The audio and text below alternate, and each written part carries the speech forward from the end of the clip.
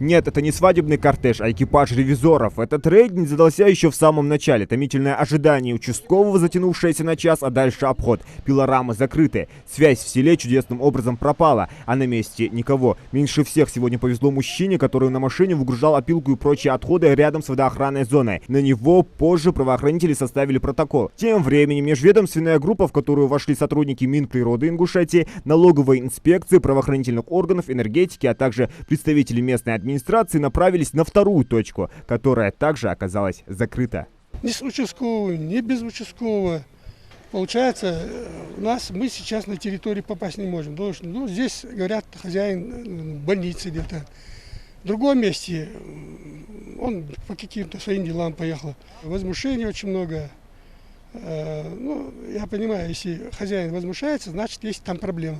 Правда, рядом с одной из пилорам обнаружили 10 хлыстов ясеня. Гадать долго, откуда они, не пришлось. Понятно, что это добро планировали обработать. Да вот древесина, по всей видимости, залежалась. Попасть не получилось и на вторую, и на третью пилораму. К слову, всего их в сельском поселении около 10, 6 из которых функционируют. Теневым бизнесменам лучше не прятаться, говорят сотрудники Минприроды Ингушетии. У нас нет какого-то принципа закрыть.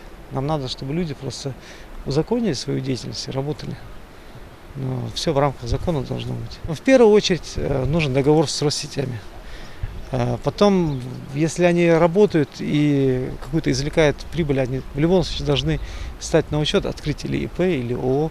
То есть должна быть работающая фирма, чтобы они оплачивали налоги.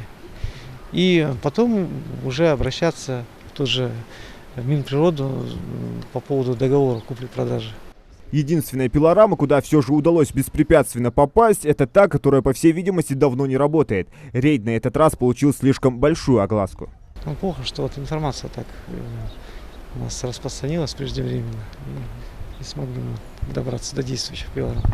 Масштабные рейды в регионе инициированы по поручению главы Ингушетии. Мужичи — это только одно из сел, куда наведывается специальная рабочая группа. Совсем недавно завершена проверка в Галашке на наличие нелегальных лесопилорам, осуществляющих деятельность без соответствующих документов. В результате проверки обнаружены 10 нарушителей. Из них у 7 пользователей лесопилорам отсутствовал договор на пользование электроэнергией. В отношении нарушителей составлены административные материалы, которые очень скоро могут превратиться в уголовные. Зелимхан Калоев, Марибек Миржоев, Новости 24.